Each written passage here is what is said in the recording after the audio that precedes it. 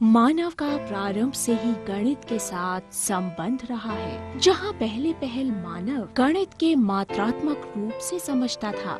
जैसे यदि किसी को एक दिन अधिक मात्रा में शिकार मिला तो वो सोचता था कि इस शिकार से वो कई दिनों तक अपना पेट भर सकता है।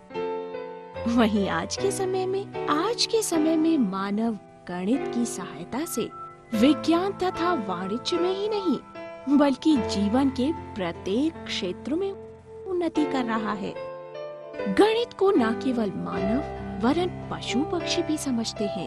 एक पक्षी के 4 अंडों में से यदि एक कम कर दिया जाए तो वो पक्षी समझ जाता है कि मेरे अंडों की संख्या कम हो गई है और वो हैरान परेशान होकर इधर उधर उड़ता रहता है। संख्या की उपयोगिता तो एक छोटा बच्चा भी समझता है। जब उसके आगे 2 प्लेट रखी जाए और एक में 2 लड्डू और दूसरे में 5 लड्डू हो तो वो स्वाभाविक रूप से 5 लड्डू वाली प्लेट की तरफ ही हाथ उठाता है। क्यों? तुम भी यही करोगे ना? संख्याएं कई प्रकार की होती है। इन संख्याओं का परिवार बहुत बड़ा है तथा इस पूरे परिवार के मुखिया को वास्तविक संख्या का नाम दिया गया है। नहीं दीदी, ऐसे नहीं। पहले मुझे सभी संख्याओं के गुणों के बारे में अच्छे से दोहराई करा दो। ठीक है भैया, तो मैं तुम्हें संख्याओं के परिवार में लेकर चलती हूँ। ये देखो, संतरे को एक एक करके गिनने की प्रक्रिया में जो संख्याएं हमारे सामने आती हैं, उन्हें हम प्राकृत संख्याएं यानी नेचुरल नंबर्स कहते हैं। 1, 2, 3, 4 और इसी तरह आगे भी प्राकृत संख्याएं हैं। या ये भी कह सकते हैं कि इन्हें प्राकृत संख्याएं इसलिए कहते हैं क्योंकि इनसे प्रकृति में पाई जाने वाली वस्तुओं को गिना जा सकता है। इन सभी संख्याओं को शामिल करके जो समूह बनता है उसे हम प्राकृत संख्या का समूह कहते हैं। हम संख्या 1 से गिनना शुरू करते हैं तो इस प्रकार 1 प्रथम प्राकृत संख्या है और ये सबसे छोटी प्राकृत संख्या भी है। अगली प्राकृत संख्या 2 है जो प्रथम प्राकृत संख्या में 1 जोड़ने पर प्राप्त होती है। अब 2 में 1 जोड़ने पर क्या आया? 3 यानी तीसरी प्राकृत संख्या। दीदी, इसका अर्थ तो ये हुआ कि किसी भी प्राकृत संख्या में 1 जोड़ने पर अगली प्राकृत संख्या प्राप्त होती है। बिल्कुल ठीक। तुम तो बहुत समझदार हो। हम ये भी कह सकते हैं कि प्राकृत संख्याओं का समूह ऐसी संख्याओं का समूह है जो क्रम से एक एक करके बढ़ती जाती हैं। पर दीदी, ये प्राकृत संख्याएं कितनी हैं? क्या हम प्राकृत संख्याओं को गिनकर बता सकते हैं कि कुल प्राकृत संख्याएं कितनी हैं? अरे नहीं भैया, हम 1, 2, 3 और इसी तरह आगे गिनना शुरू करें, गिनते चले जाएं, इसका कहीं अंत नहीं होगा।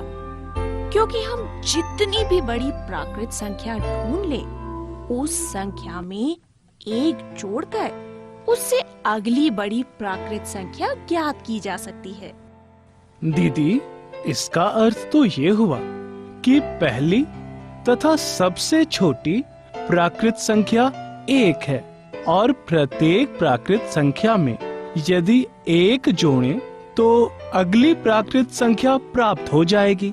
1 को छोड़कर प्रत्येक प्राकृत संख्या में से यदि 1 घटाएं तो पिछली प्राकृत संख्या प्राप्त हो जाएगी, क्योंकि 1 सबसे छोटी प्राकृत संख्या है। सबसे बड़ी प्राकृत संख्या नहीं लिखी जा सकती। अरे वाह भैया, तुम्हें तो प्राकृत संख्याओं के ये विशेष गुण बहुत अच्छे से पता चल गए हैं। परंतु एक बात बताओ, माना पापा 6 आम लेकर आए और 3 आम मैं खा लूं और बाकी बचे 3 आम आप, तो शेष आमों की संख्या को किस प्राकृत संख्या से व्यक्त करोगे? सोचो सोचो। दीदी, यहाँ तो कुछ भी नहीं बचा, फिर प्राकृत संख्या कैसे बताऊं? अरे इस कुछ नहीं को व्यक्त करने के लिए ही तो शून्य की आवश्यकता हुई। प्राकृत संख्याओं में ऐसी घटा की संक्रिया ने ही शून्य को जन्म दिया और इस प्रकार प्राकृत संख्याओं के समूह में यदि शून्य को भी शामिल कर लिया जाए तो नया समूह पूर्ण संख्याओं का समूह कहलाता है और इन्हें हम पूर्ण संख्याएं यानी होल नंबर्स कहते हैं। इन पूर्ण संख्याओं को हम W से दिखाते हैं, है ना दीदी? हाँ, बिल्कुल ठीक। अरे तुम तो बहुत कुछ जानते हो। चलो आओ, अब मैं तुम्हें शून्य के बारे में एक रुचिकर तथ्य और बताती हूँ। क्यों, जानना चाहते हो? हाँ दीदी, दीदी जल्दी बताओ ना। ये देखो, ये संख्यांक जो सामान्यतः गिनती लिखने में प्रयुक्त होते हैं, इनका जन्म स्थान भारत ही है। जानते हो, अरब वासियों ने इन्हें ग्रहण करके यूरोप में फैलाया, इसलिए इन्हें हिंदू अरबी संख्यांक कहते हैं। संख्यांक को स्थानीय मान पद्धति में लिखने का आविष्कार भी भारत में ही हुआ था। और जानते हो, शुरुआती समय में 1, 2, 3, 4 और इसी तरह 9 लिखने के लिए 9 संख्यांक और उससे अधिक की संख्याओं को लिखने के लिए अलग संख्यांक प्रयुक्त होते थे। परंतु लिखने की प्रक्रिया को सरल बनाने के लिए धीरे धीरे केवल इन्हीं 9 संख्यांकों को प्रयोग करके विभिन्न संख्याएं लिखने का निश्चय किया गया और इसी अभ्यास ने शून्य के आविष्कार को प्रेरित किया, जो उस समय का एक चमत्कारिक आविष्कार था। शून्य के आविष्कार के बारे में एकदम ठीक तथ्य तो पूरी तरह उपलब्ध नहीं है, परंतु ऐतिहासिक तथ्य यही दर्शाते हैं कि भारतीय इस शून्य के बारे में ईसा पूर्व से बहुत पहले से जानते थे। इन 9 संख्यांकों के परिवार में शून्य के जुड़ते ही स्थानीय मान का विचार आया और 0 से 9 तक के संख्यांकों को लेकर दशमलव प्रणाली बनाई गई। और आज भी हम जितने अंक लिखते हैं, इसका आधार यही दशमलव प्रणाली है। तो दीदी, इस शून्य का अपने से कोई मान नहीं है, ये अन्य संख्याओं में प्रयुक्त होकर उन्हें विभिन्न मान प्रदान करता है। हाँ, ये तो ठीक है। अब देखो, ये शून्य ही तो है जो 12, 102 और 10,002 में अंतर करता है। हाँ, याद आया दीदी, ये संख्या रेखा क्या है तथा इस पर पूर्ण संख्याओं को किस प्रकार दिखा सकते हैं? देखो भैया, ये तो हम जानते ही हैं कि रेखा बिंदुओं का एक समूह है। यदि हम एक सरल रेखा खींचें और उस पर एक बिंदु 0 निर्धारित करें, तो ये बिंदु 0 हमारा प्रारंभ बिंदु हुआ और दाहिनी ओर समान दूरी पर बिंदु अंकित करने पर ये बिंदु 1, 2, 3 और इसी तरह आगे भी निर्धारित होते हैं। इस प्रकार हम सभी पूर्ण संख्याओं को इस रेखा पर दिखा सकते हैं। ऐसी रेखा को हम संख्या रेखा कहते हैं। दीदी, इस संख्या रेखा की सहायता से तो हम आसानी से बता सकते हैं कि संख्या रेखा पर दाहिनी ओर स्थित कोई भी संख्या बाईं ओर वाली संख्या से बड़ी होगी। ये बात तो बिल्कुल सही है। यहाँ पर मैं तुम्हें संख्या, अंक और संख्यांक के बारे में एक और मजेदार जानकारी देती हूँ। प्रकृति में किसी भी वस्तु की गणना व तुलना करने के लिए हम संख्याओं का प्रयोग करते हैं और इन संख्याओं को निरूपित करने के लिए हम जिन संकेतों का प्रयोग करते हैं उन्हें हम संख्यांक यानी न्यूमरल कहते हैं। जैसे रोमन पद्धति में 4 लिखना, या फिर हिंदू अरबी पद्धति में 4 लिखना, या फिर देवनागरी लिपि में 4 लिखना। एक ही संख्या 4 को व्यक्त करने के लिए अलग अलग संकेत हैं और इन सब रूपों को संख्यांक यानी न्यूमरल कहते हैं। इसलिए संख्या एक अवधारणा यानी कॉन्सेप्ट है, जबकि संख्यांक इस अवधारणा को चिन्ह में व्यक्त करने वाला रूप। समझे? अब ये संख्या भी 2 प्रकार की होती है। पहली ऑर्डिनल नंबर यानी क्रम सूचक संख्या, जैसे 5वां विद्यार्थी, और दूसरी कार्डिनल नंबर्स यानी गणन संख्या, जैसे 5।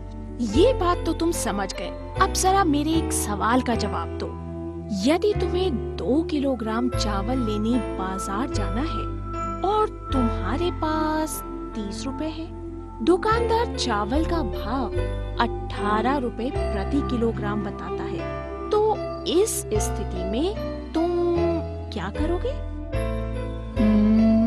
दीदी, 2 किलोग्राम चावल के 18 रुपए प्रति किलोग्राम से हुए 36 रुपए। तो मैं दुकानदार को 30 रुपए दे दूंगा और कह दूंगा कि 6 रुपए ऋण रहे, यानी मैं बाकी पैसे बाद में दे दूंगा। यहाँ तक तो ठीक, लेकिन अब मैं तुम्हें ये बताती हूँ कि इन 6 रुपए को गणित की भाषा में किस प्रकार दिखाया जाए कि तुम्हें 6 रुपए का उधार भी याद रहे, और ये भी कि ये उधार किस प्रकृति का है, यानी उधार देना है या लेना है। वो कैसे दीदी? इसी प्रकार की समस्या को दूर करने के लिए ऋणात्मक संख्याओं की परिकल्पना की गई। इसमें हर एक प्राकृत संख्या के लिए एक नई संख्या की रचना की जाती है। जैसे 1 के लिए हम एक नई संख्या ऋणात्मक 1 इस प्रकार से ले सकते हैं कि 1 जमा ब्रैकेट में घटा 1 बराबर 0। घटा 1 को 1 का योगात्मक प्रतिलोम यानी एडिटिव इनवर्स कहते हैं। और इसी प्रकार 2 के लिए एक नई संख्या घटा 2 इसी प्रकार ले सकते हैं। 2 जमा ब्रैकेट में घटा 2 बराबर 0। और दीदी, घटा 2 को 2 का योगात्मक प्रतिलोम कहते हैं, है ना दीदी? हाँ, इस प्रकार प्रत्येक प्राकृत संख्या में ऋण का चिन्ह लगाकर उसे उस प्राकृत संख्या का योगात्मक प्रतिलोम बनाया जा सकता है। अब इन सभी प्राकृत संख्याओं तथा उनके योगात्मक प्रतिलोमों को 0 के साथ मिलाने पर संख्याओं का एक नया समूह बन जाता है। दीदी, यदि इसे हम क्रम में लिखें तो हमें घटा 3, घटा 2, घटा 1, 0, 1, 2, 3 और इसी तरह आगे भी प्राप्त होता है। हाँ, बिल्कुल ठीक। और जानते हो संख्याओं के इस समूह को हम क्या कहते हैं? संख्याओं के इस समूह को हम पूर्णांक यानी इंटीजर कहते हैं। यानी सभी प्राकृत संख्या और इनके प्रतिलोमों को 0 के साथ मिलाने पर बने समूह को पूर्णांक कहते हैं।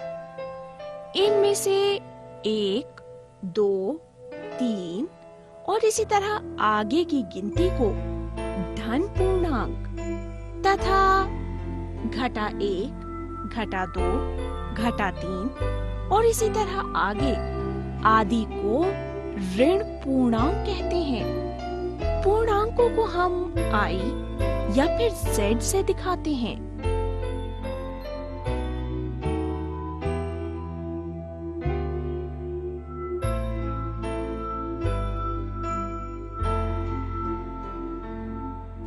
दीदी, I का अर्थ तो हो गया इंटीजर, परंतु Z का अर्थ क्या है दीदी? Z का अर्थ है zählen, जो कि एक जर्मन शब्द है और इसका अर्थ है गिनना और तसेल का अर्थ है संख्या। ठीक है दीदी, अब ये भी बताओ कि आम जीवन की परिस्थितियों में गणितीय भाषा का प्रयोग हम किस प्रकार कर सकते हैं? ये प्रश्न तो तुमने बहुत अच्छा पूछा भैया। व्यवहारिक जीवन की अनुकूल परिस्थितियों को गणित की भाषा में धनात्मक तथा प्रतिकूल परिस्थितियों को ऋणात्मक पूर्णांकों से दिखाया जाता है। जैसे व्यापार में 1 लाख का लाभ होना अनुकूल परिस्थिति को दर्शाता है, तो फिर इसे गणित की भाषा में जमा 1 लाख रुपए कह सकते हैं और 1 लाख रुपए की हानि को प्रतिकूल स्थिति मानते हुए इसे घटा 1 लाख रुपए से व्यक्त करेंगे। अच्छा, तो दीदी मेरे ऊपर जो 6 रुपए का ऋण आया उसे हम घटा 6 रुपए से दिखाएंगे? हाँ, बिल्कुल ठीक। दीदी, आपने अभी अभी बताया कि हम घटा के चिन्ह का प्रयोग ऋणात्मक पूर्णांकों के लिए करते हैं, परंतु इस ऋण चिन्ह का प्रयोग हम 2 संख्याओं को घटाने के लिए भी तो करते हैं। जैसे 80 घटा 30 में ऋण चिन्ह का प्रयोग घटाने के लिए किया गया है। हाँ, ये तो है। ऋण चिन्ह का प्रयोग जरूरत के अनुसार दोनों ही जगह पर किया जाता है। तो भैया, अब हम पूर्णांकों के बारे में पढ़ने के बाद ये निष्कर्ष निकालते हैं। प्रत्येक धन पूर्णांक प्रत्येक ऋण पूर्णांक से बड़ा होता है। जैसे जैसे हम संख्या रेखा पर दाईं ओर चलेंगे, संख्याओं का मान बढ़ता जाएगा। संख्या रेखा पर शून्य के दाईं ओर जो पूर्णांक शून्य से जितनी अधिक दूरी पर होगा, वो उतना ही अधिक बड़ा होगा। संख्या रेखा पर शून्य के बाईं ओर जो पूर्णांक शून्य से जितनी अधिक दूरी पर होगा, वो उतना ही अधिक छोटा होगा। शून्य ना तो धन पूर्णांक है और ना ही ऋण पूर्णांक। शून्य प्रत्येक धन पूर्णांक से छोटा होता है। शून्य प्रत्येक ऋण पूर्णांक से बड़ा होता है। जो पूर्णांक जितना बड़ा होगा, उसका योगात्मक प्रतिलोम उतना ही छोटा होगा। दीदी, इसका अर्थ तो ये हुआ कि इस संख्या रेखा पर सभी पूर्णांक स्थित हैं। हाँ, कह तो तुम ठीक रहे हो, लेकिन पूर्णांकों के अतिरिक्त भी कुछ संख्याएं इस संख्या रेखा पर स्थित हैं। कौन सी संख्याएं दीदी? देखो, यदि प्राकृत संख्याओं में भाग की संक्रिया की जाए, तो ये संख्याएं भिन्न रूप ले लेती हैं, जैसे 1/2, 3/4 या फिर 1/17 आदि। तो इस प्रकार 2 प्राकृत संख्याओं m तथा n में भाग की क्रिया के परिणाम को m/n रूप में लिखा जाता है तथा इस रूप में लिखी गई या लिखी जा सकने वाली संख्या को भिन्न कहा जाता है। दीदी, क्या 2/2 और 6/2 भी भिन्न है? 2/2 यानी 1 और 6/2 यानी 3। ये प्राकृत संख्याएं भी भिन्न कही जा सकती हैं, क्योंकि हम इनको भी अंश बटा हर के रूप में लिख सकते हैं। जैसे 1 को 1/1 या फिर 2 को 2/1 के रूप में लिख सकते हैं।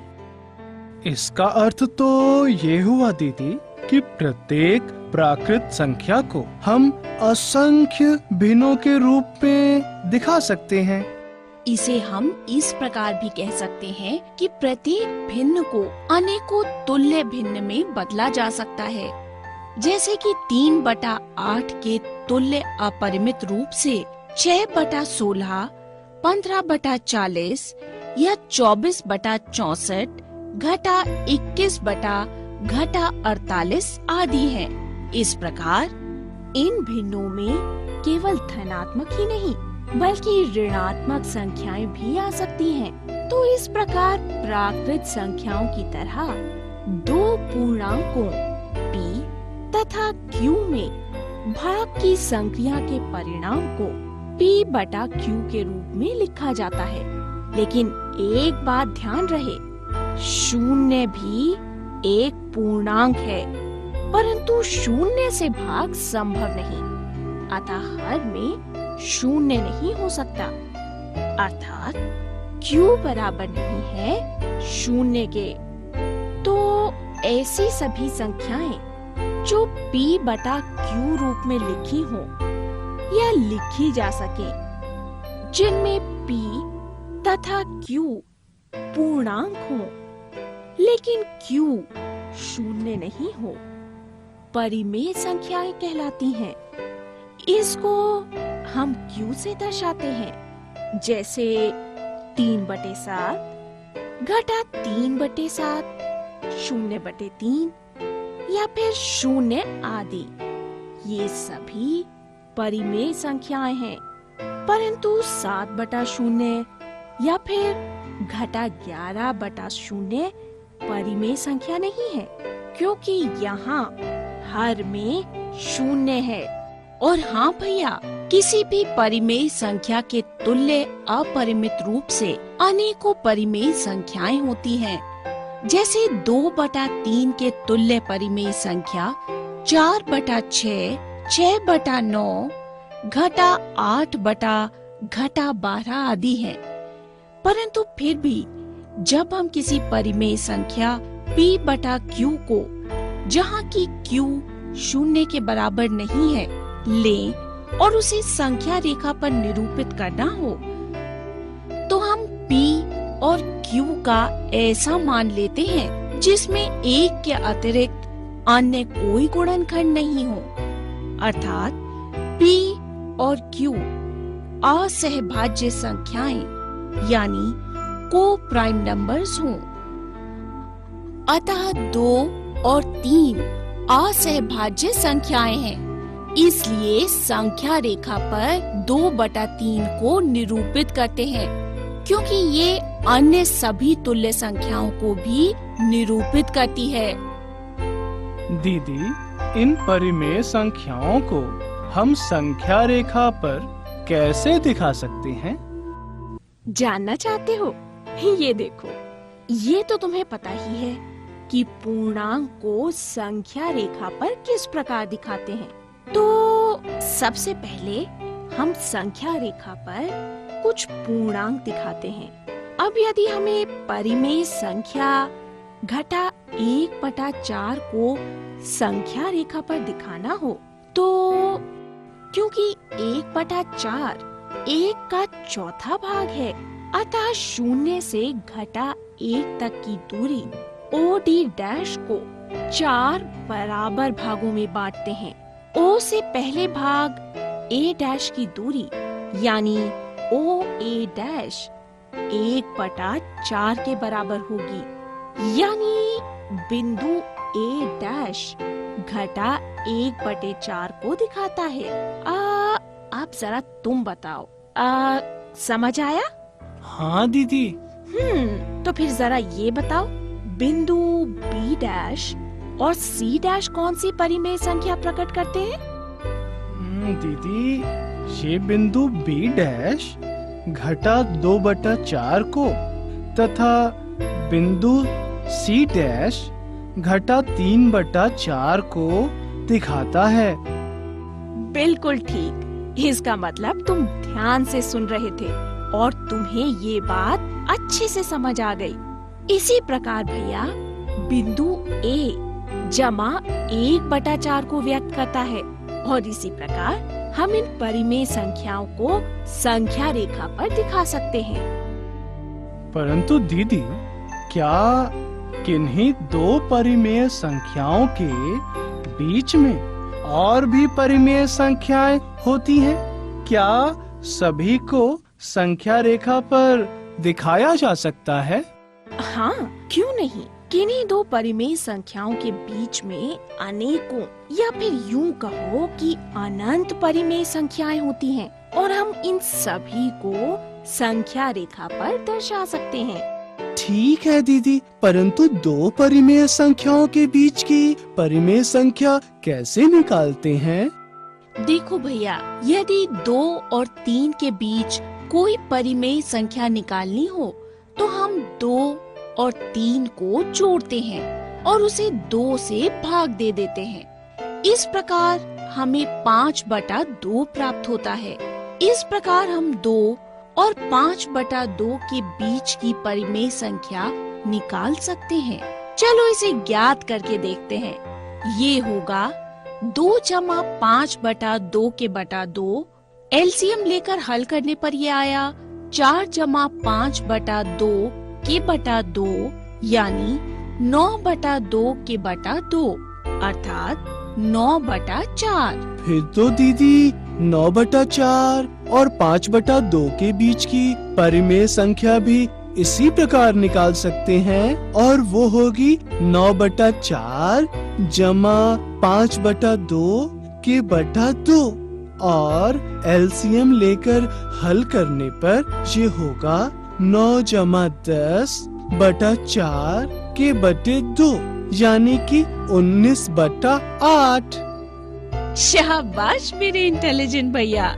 तो तुमने देखा ना, किन्हीं भी दो परिमेय संख्याओं के बीच की परिमेय संख्या निकालने के लिए दोनों परिमेय संख्याओं को जोड़कर 2 से भाग दे देते हैं। इस प्रकार किन्हीं भी दो परिमेय संख्याओं के बीच अपरिमित से अनेक परिमेय संख्याएं प्राप्त की जा सकती हैं।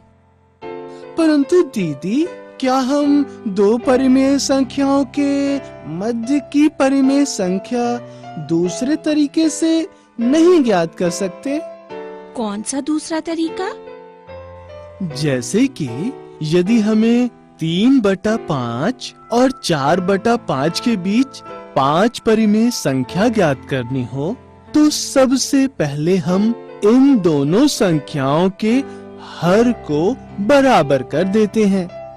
अब क्योंकि यहाँ तो पहले से ही हर बराबर है, परंतु फिर भी इन दोनों संख्याओं के बीच की परिमेय संख्या आसानी से ज्ञात नहीं कर पा रहे हैं, तो इन दो संख्याओं के मध्य की परिमेय संख्या ज्ञात करने के लिए हम इसे 6/6 या 7/7 या 10/10 किसी से भी गुणा कर देते हैं। संख्या कितनी बड़ी हो ये भी उसी बात पर निर्भर करता है कि हमें कितनी परिमेय संख्या ज्ञात करनी है।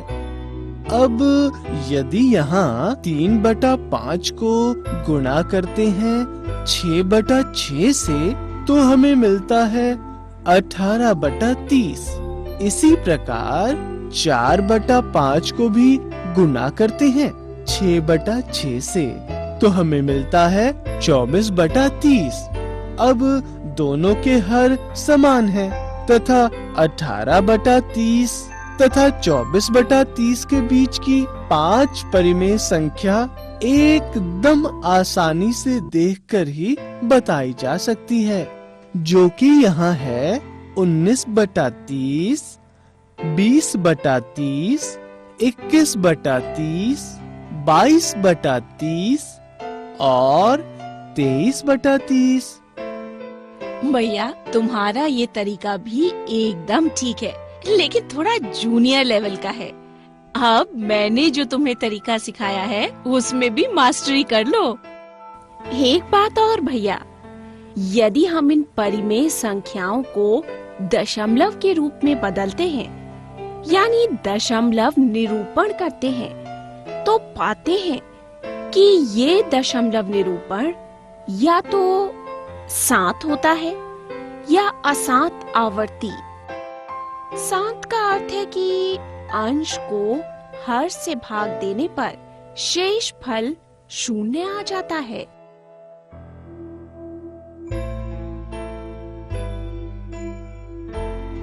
तथा असांत का अर्थ है कि अंश को हर से भाग देने पर शेष फल 0 नहीं आता।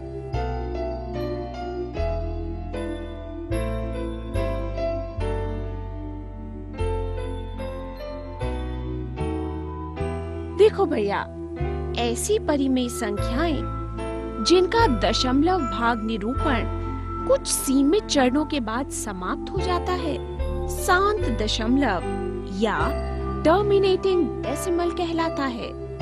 कुछ परिमेय संख्याएं ऐसी होती हैं कि जब हम उन्हें भाग की विधि द्वारा दशमलव रूप में व्यक्त करने की कोशिश करते हैं, तो पाते हैं कि कुछ ना कुछ शेष फल अवश्य बचता है, भले ही हम कितना ही लंबा भाग कर लें। अर्थात भाग की प्रक्रिया का कभी अंत नहीं होता। इसका कारण ये है कि भाग की प्रक्रिया में कुछ निश्चित चरणों यानी स्टेप्स के बाद एक ही शेष फल बार बार आता है, और ऐसी स्थिति में कोई अंक समूह अपने को बार बार दोहराता है। अब उदाहरण के लिए 0.333 और इसी तरह, या फिर 0.123, 123, 123 और इसी तरह, या फिर 0.2692307, 692307, 692307 आदि।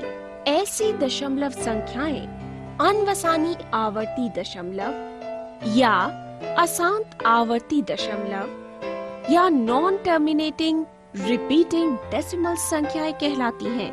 तथा ऐसी दशमलव संख्याओं को प्रदर्शित करने के लिए प्रथम आवर्ती यानी रिपीटिंग अंक समूह के ऊपर एक रेखा खींच दी जाती है, तथा अन्य आवर्ती अंक समूह को नहीं लिखा जाता और इस रेखा को बार कहा जाता है।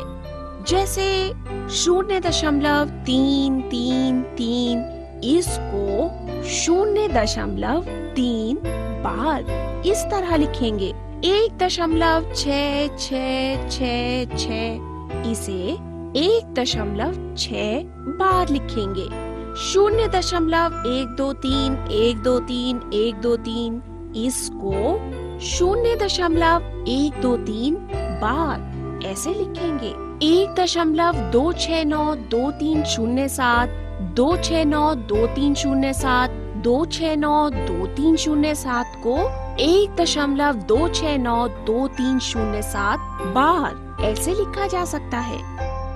तो दीदी, एक परिमेय संख्या या तो शांत दशमलव हो सकती है या अनवसानी आवर्ती दशमलव।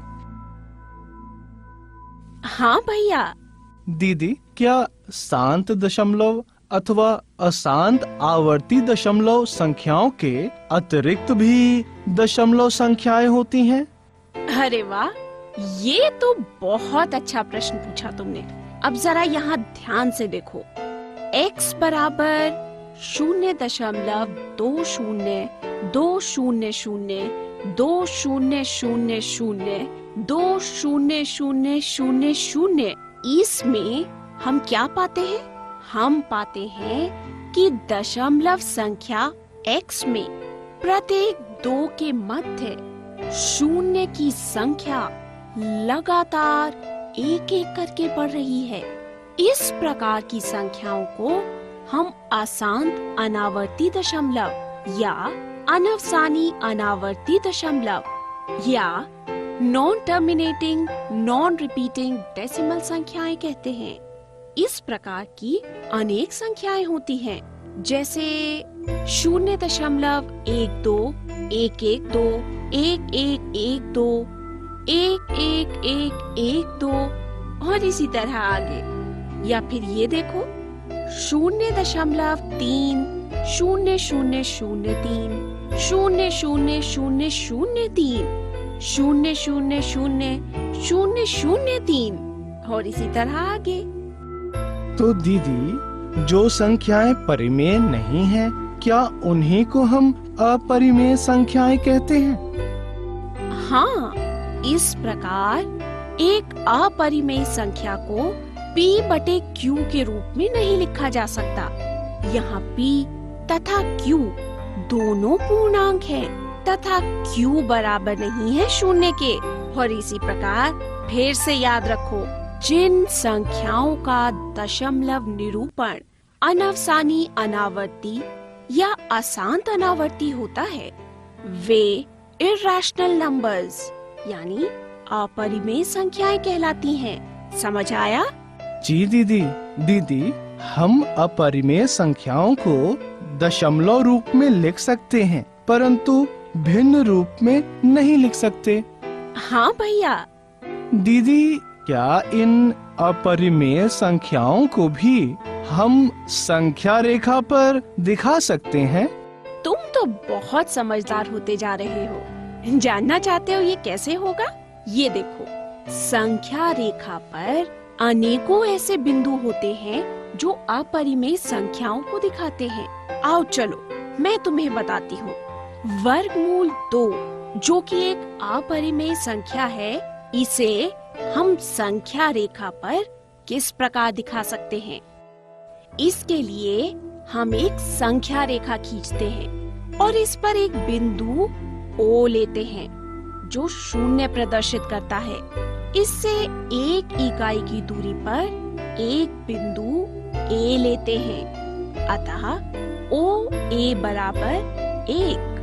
अब समकोण त्रिभुज OAB इस प्रकार बनाते हैं कि AB बराबर OA बराबर 1। समकोण त्रिभुज OAB में हम पाइथागोरस प्रमेय से जानते हैं कि OB की घात 2 बराबर OA की घात 2 जमा AB की घात 2, यानी OB की घात 2 बराबर 1 की घात 2 जमा 1 की घात 2 और ये बराबर है 2 के। तो OB बराबर हुआ वर्गमूल 2। अब केंद्र O से त्रिज्या OB का एक चाप खींचते हैं और पाते हैं कि ये वृत्त संख्या रेखा को बिंदु A1 पर काटता है। स्पष्ट है कि OA1 बराबर OB और ये बराबर है वृत्त की त्रिज्या यानी वर्गमूल 2।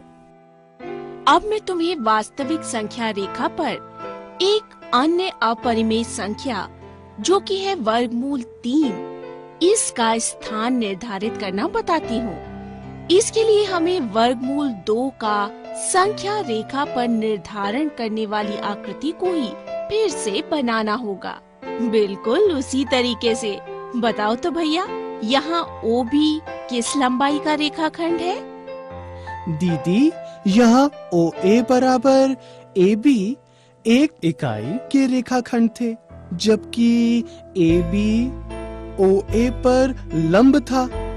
तब पाइथागोरस प्रमेय से OB वर्गमूल 2 के बराबर हुआ।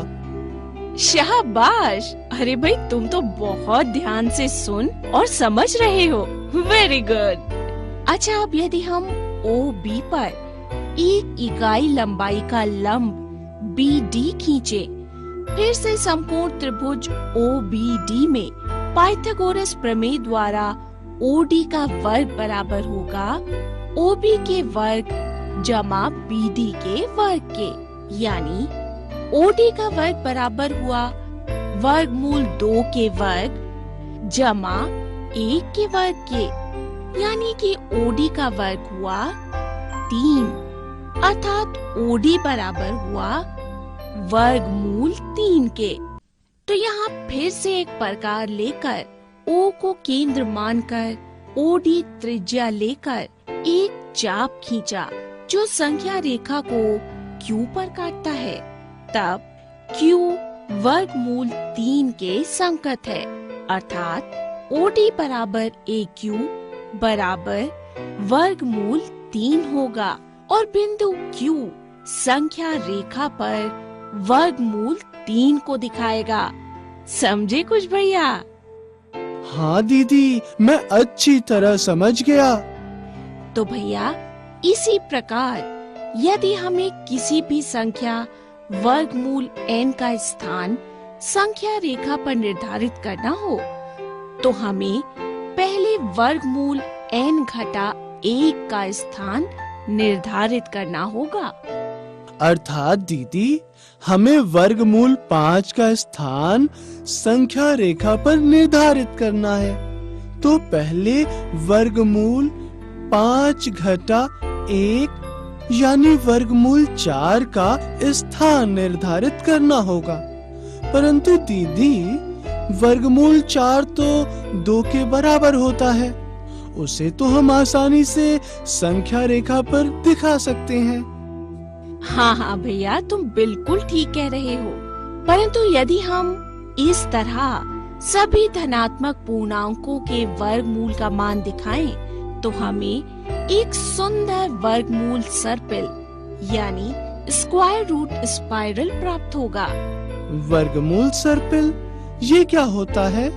अरे भैया, मैंने बताया था ना, जैसे हमने वर्गमूल 2 और वर्गमूल 3 को संख्या रेखा पर दिखाया है, यदि उसी प्रकार हम वर्गमूल 4, वर्गमूल 5, वर्गमूल 6 और इस तरह आगे भी इन्हें संख्या रेखा पर दिखा दें, तो ये आकृति प्राप्त होती है।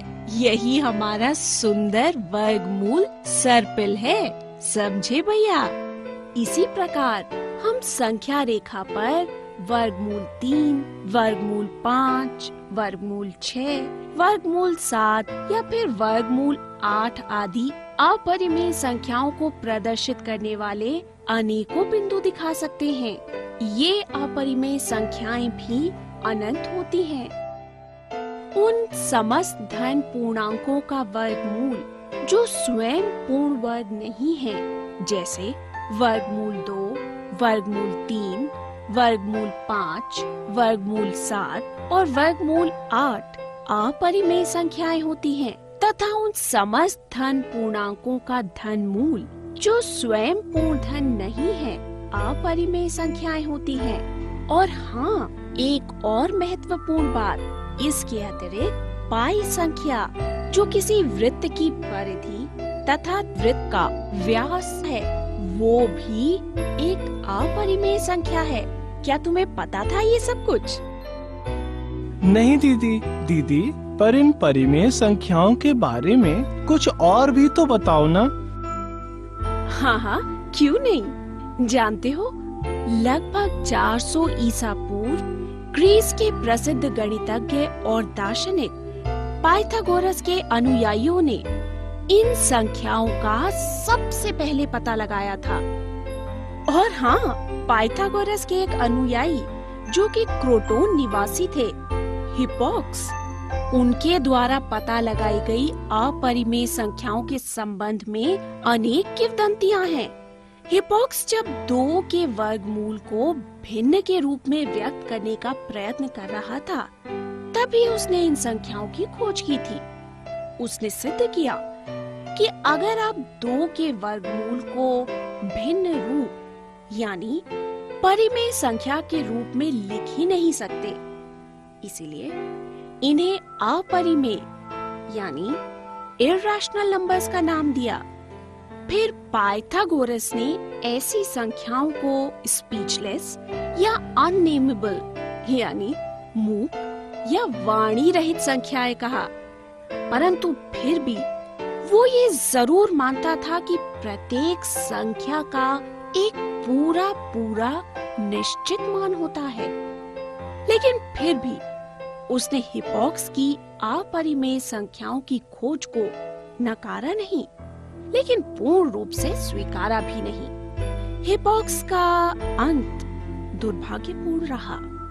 समझ गया दीदी। इस संख्या रेखा पर जो अनंत बिंदु स्थित हैं, उनमें से कोई पूर्णांक, कोई परिमेय संख्या तथा कोई अपरिमेय संख्या को प्रदर्शित करता है। ओहो, अरे बुद्धू, मैंने तुम्हें पहले भी बताया था, ये पूर्णांक भी तो परिमेय संख्या ही हैं, क्योंकि इन्हें हम P/Q के रूप में लिख सकते हैं। याद आया कि नहीं? बताया था ना? ओ सॉरी दीदी, संख्या रेखा पर इन परिमेय तथा अपरिमेय दोनों ही प्रकार की संख्याओं को प्रदर्शित करने वाले बिंदु हैं।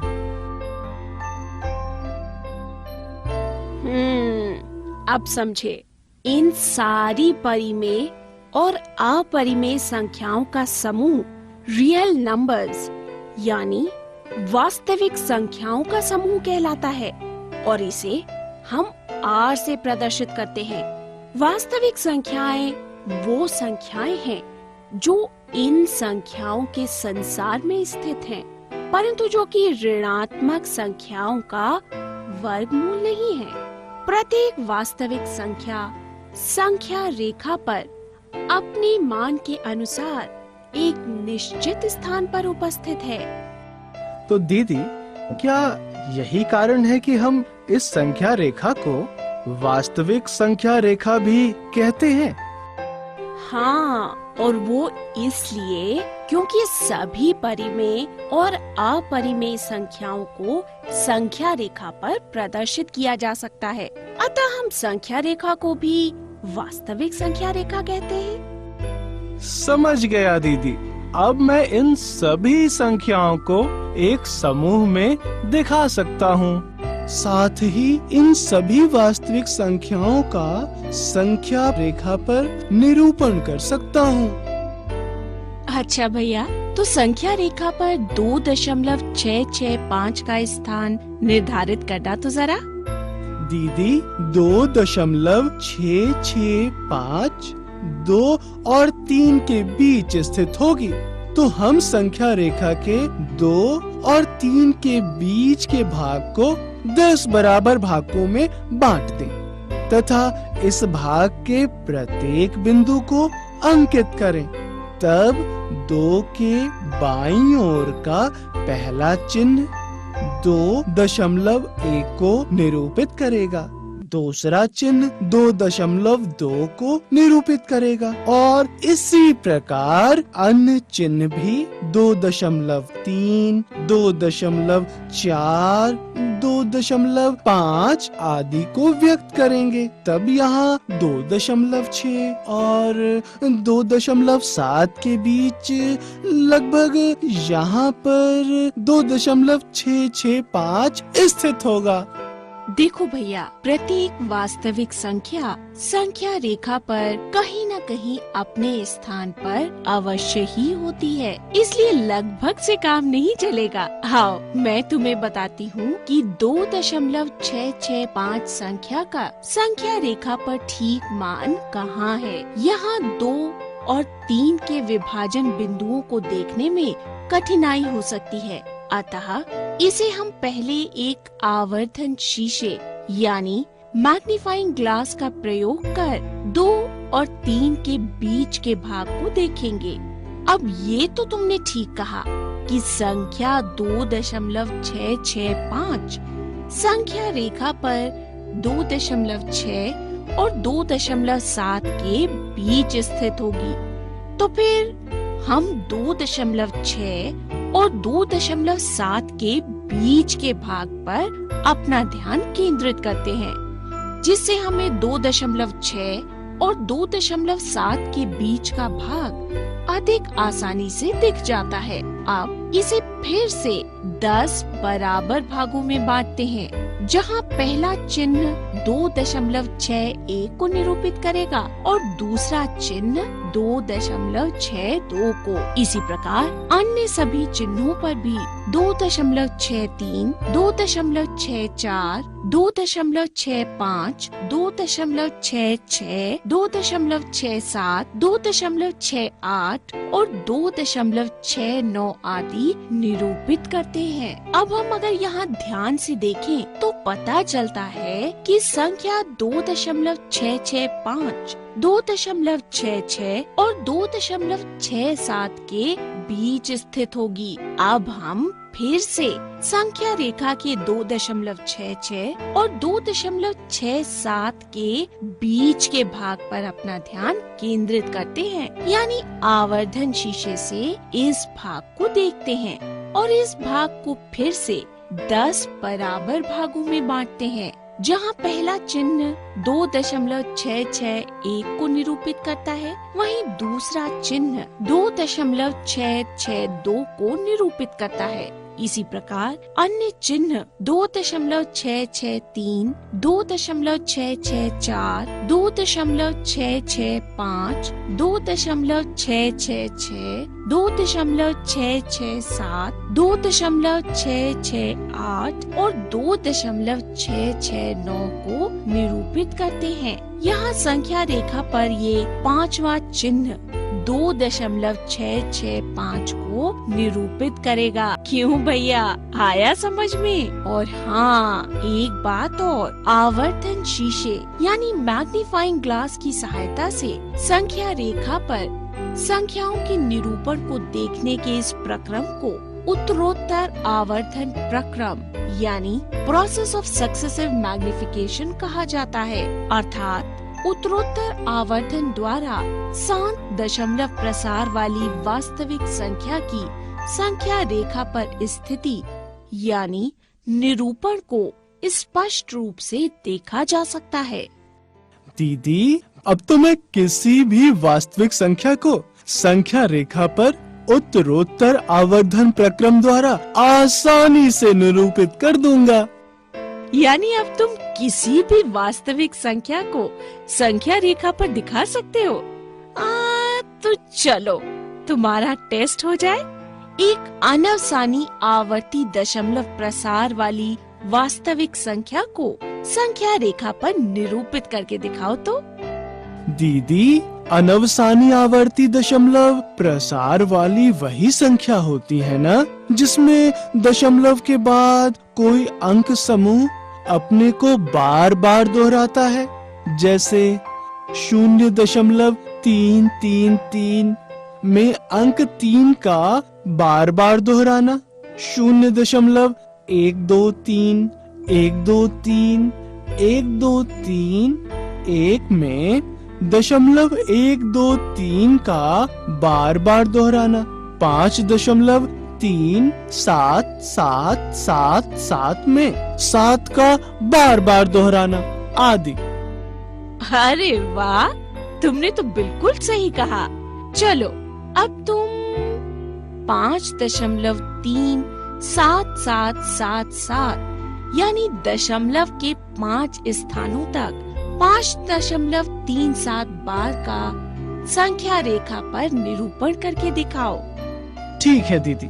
दीदी, 5.37 को दशमलव के 5 स्थान तक लिखने पर 5.37777 आएगा। इसे संख्या रेखा पर प्रदर्शित करने के लिए उत्तरोत्तर आवर्धन करते हैं, अर्थात सबसे पहले हम संख्या रेखा के उस भाग को देखते हैं जहां 5 और 6 के बीच 5.37 बार स्थित है।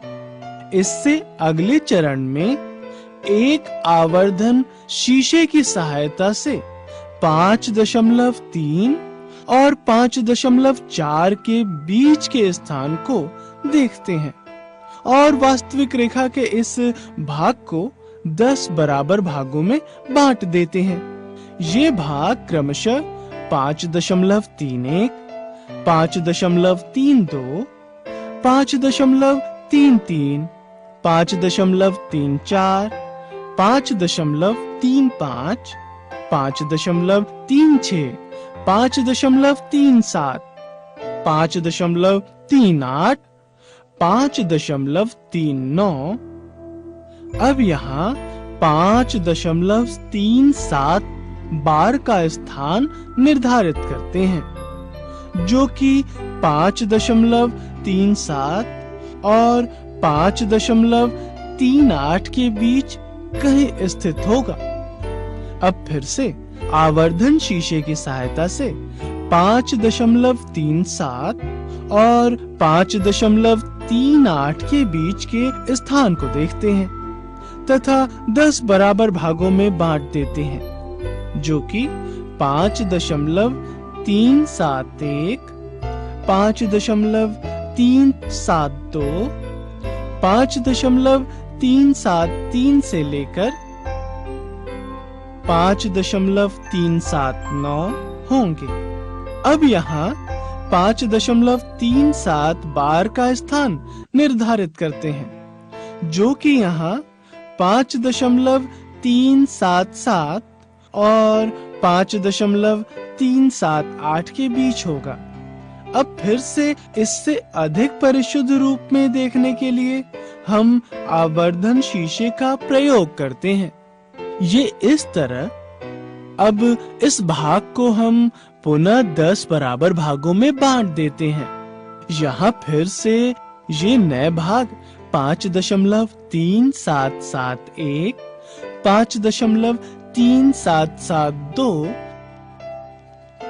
आदि से लेकर 5.3779 होंगे। 5.37 बार यहाँ 5.3777 और 5.3778 के बीच स्थित होगा। इसे और अधिक परिशुद्ध रूप में देखने के लिए हम आवर्धन शीशे का प्रयोग कर इस भाग को 10 बराबर भागों में बांटते हैं, जो कि होंगे 5.37771, 5.37772 और इसी प्रकार 5.37779 तक। इस प्रकार संख्या रेखा पर ये स्थान 5.37 बार का 5 स्थानों तक अर्थात 5.377777 का स्थान होगा। अरे भाई वाह, मैं तो आज खुशी से झूमी उठी हूँ। तुमने तो सब कुछ बहुत अच्छी तरह सीख लिया। अब तो तुम वास्तविक संख्याओं का संख्या रेखा पर निरूपण करने में एक्सपर्ट हो गए हो। एक बात और भैया, 5.37 बार के इस निरूपण को हम आवर्धन शीशे से उत्तरोत्तर देखकर और भी आगे बढ़ा सकते हैं। इस प्रक्रिया से हम संख्या रेखा पर अनफसानी अनावर्ती दशमलव प्रसार वाली वास्तविक संख्या को देखने में भी लागू कर सकते हैं।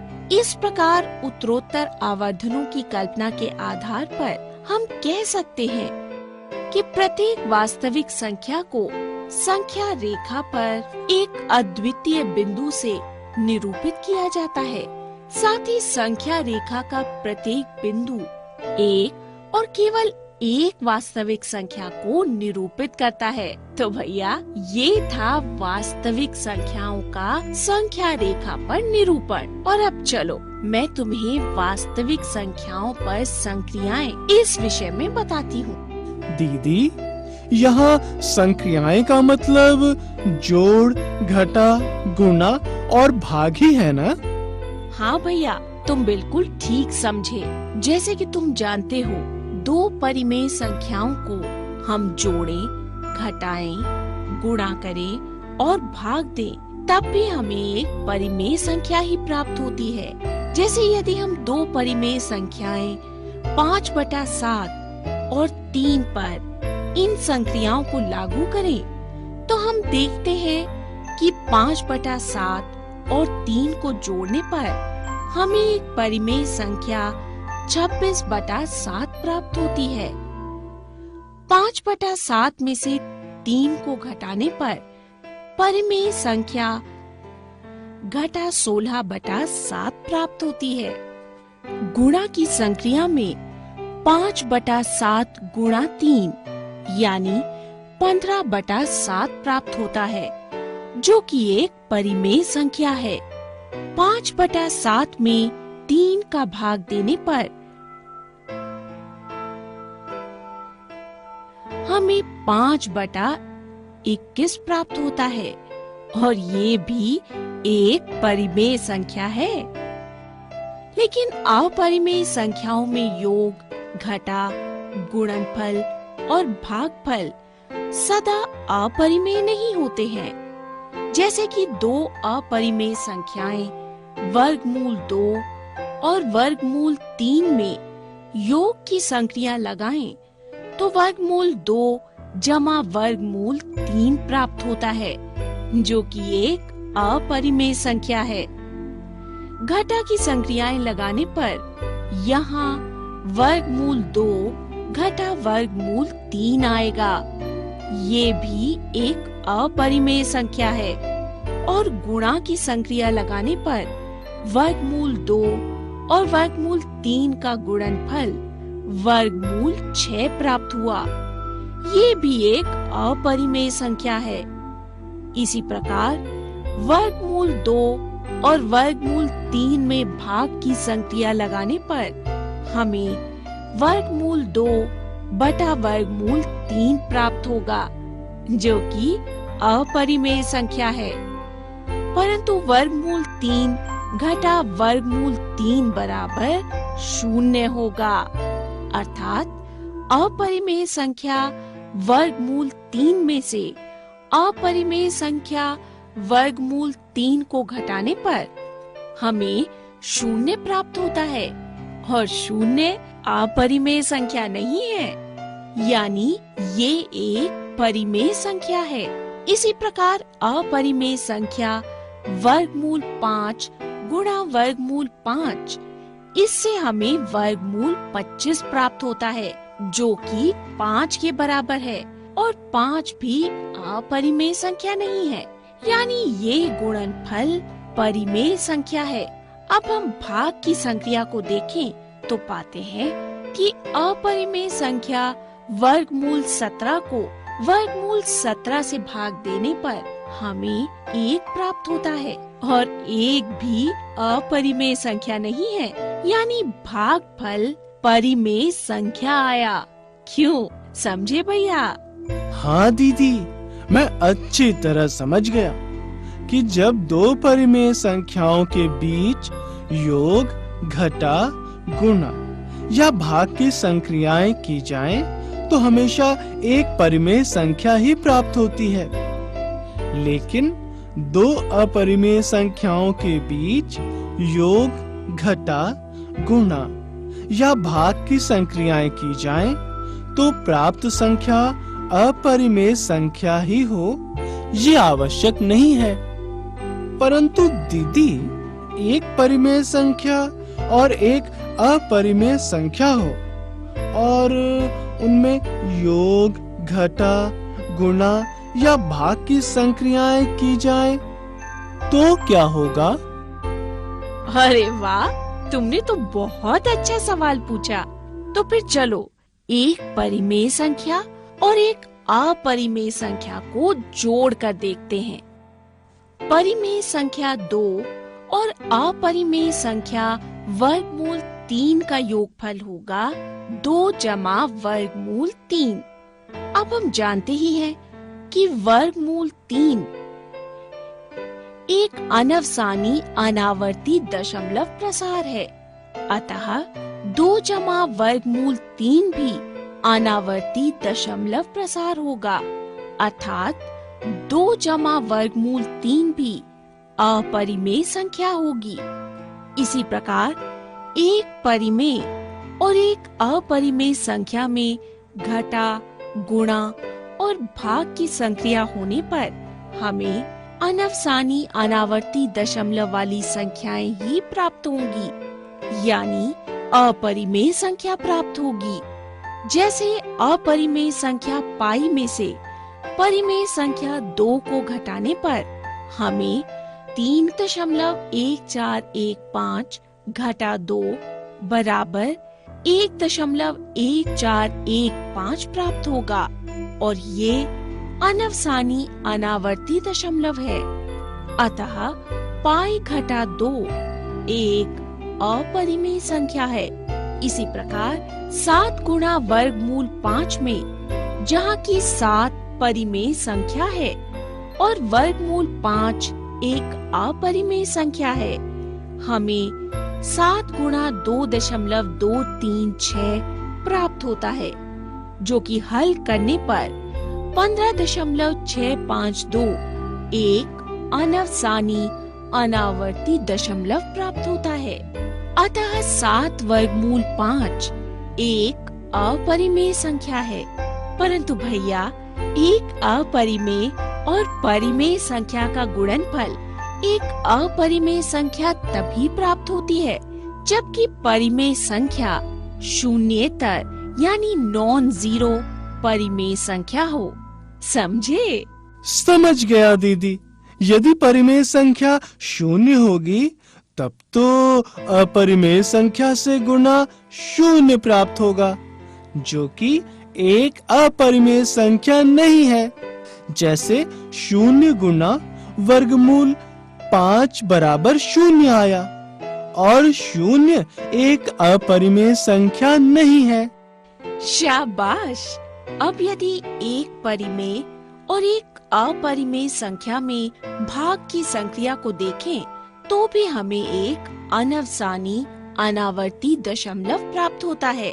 अर्थात एक परिमेय और एक अपरिमेय संख्या के बीच भाग की संक्रिया से प्राप्त संख्या एक अपरिमेय संख्या होती है।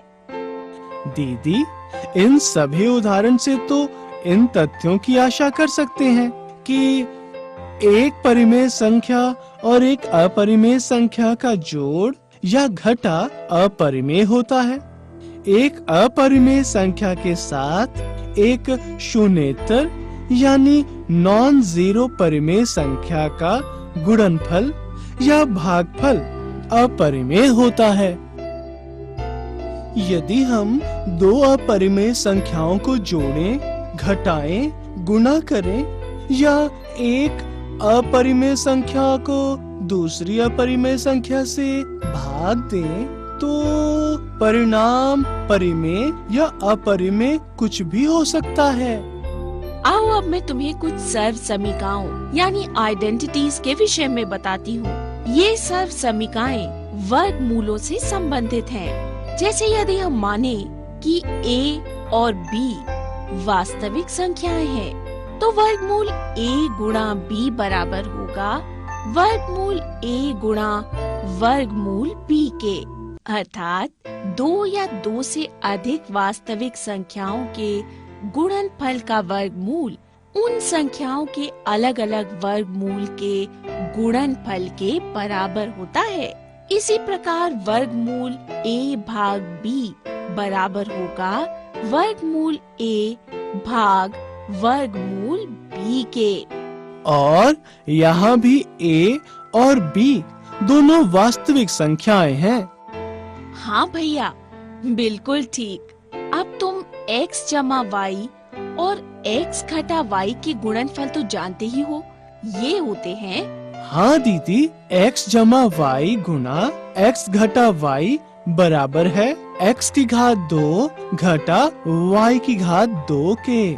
हाँ, और इसी सर्व समीका का उपयोग यदि हम वर्गमूल a जमा वर्गमूल b गुणा वर्गमूल a घटा वर्गमूल b में करें, तो हमें वर्गमूल a की घात 2 घटा वर्गमूल b की घात 2 प्राप्त होता है। और ये तो तुम अच्छी तरह से जानते ही हो कि वर्गमूल a की घात 2 को हम वर्गमूल a गुणा वर्गमूल a लिख सकते हैं, और ये बराबर होगा वर्गमूल a गुणा a के, जो कि बराबर होगा a के।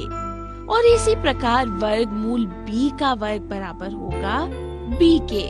अब तो दीदी वर्गमूल a जमा वर्गमूल b गुना वर्गमूल a घटा वर्गमूल b बराबर होगा a घटा b के। Very good. और भैया इसी सर्व समीका के प्रयोग से हमें a जमा वर्गमूल b गुणा a घटा वर्गमूल b का मान a का वर्ग घटा b प्राप्त होता है। और यदि हम वर्गमूल a जमा वर्गमूल b गुणा वर्गमूल c जमा वर्गमूल d को लें तो दीदी मैं बताता हूँ। वर्गमूल a गुना वर्गमूल c जमा वर्गमूल d जमा वर्गमूल b गुना वर्गमूल c जमा वर्गमूल d प्राप्त होगा। Good, very good. अरे आगे भी हल करो भैया, तुम बिल्कुल ठीक कर रहे हो। दीदी अब हम फिर से ब्रैकेट को खोलेंगे तो हमें वर्गमूल a गुना वर्गमूल c जमा वर्गमूल a गुना वर्गमूल d जमा वर्गमूल b गुना वर्गमूल c जमा वर्गमूल b गुना वर्गमूल d प्राप्त होगा। फिर दीदी आपने जो पहली सर्व समीका बताई थी उसका प्रयोग करें तो हमें वर्गमूल a गुना c जमा वर्गमूल a गुना d जमा वर्गमूल b गुना c जमा वर्गमूल b गुना d प्राप्त होगा। और इस तरह हमें वर्गमूल a जमा वर्गमूल b गुना वर्गमूल c जमा वर्गमूल d बराबर वर्गमूल a गुना c जमा वर्गमूल a गुना d जमा वर्गमूल b गुना c जमा वर्गमूल b गुना d प्राप्त होगा। एक्सीलेंट भैया। भाई तुमने तो सर्व समीका बड़े आसानी के साथ प्राप्त कर ली। अब एक और सर्व समीका मैं तुम्हें बताती हूँ, लेकिन जरा ध्यान से देखना और सुनना। वर्गमूल a जमा वर्गमूल b इस पूरे के वर्ग का मान। दीदी इसे तो हम x जमा y के पूरे की घात 2 बराबर x का वर्ग जमा 2 गुना x गुना y जमा y का वर्ग के उपयोग से कर सकते हैं। हाँ, शाबाश। फिर तो दीदी वर्गमूल a जमा वर्गमूल b के पूरे का वर्ग हुआ वर्गमूल a का वर्ग जमा 2 गुना वर्गमूल a गुना वर्गमूल b जमा वर्गमूल b का वर्ग। और ये आगे हल करने पर होगा a जमा 2 गुना वर्गमूल a गुना b जमा b। बिल्कुल ठीक। इस प्रकार हमारी ये सर्व समीका होगी वर्गमूल a जमा वर्गमूल b के पूरे का वर्ग बराबर a जमा 2 गुणा वर्गमूल a गुणा b जमा b। तो इस प्रकार हम इन सर्व समीकाओं की सहायता से व्यंजकों को सरल कर सकते हैं। यहाँ सरल करने का अर्थ है कि व्यंजक को परिमेय संख्याओं और अपरिमेय संख्याओं के रूप में लिखना। आओ इसे मैं तुम्हें एक उदाहरण देकर समझाती हूँ। यहाँ प्रश्न है 5 जमा वर्गमूल 7 गुणा 2 जमा वर्गमूल 5 को सरल करो।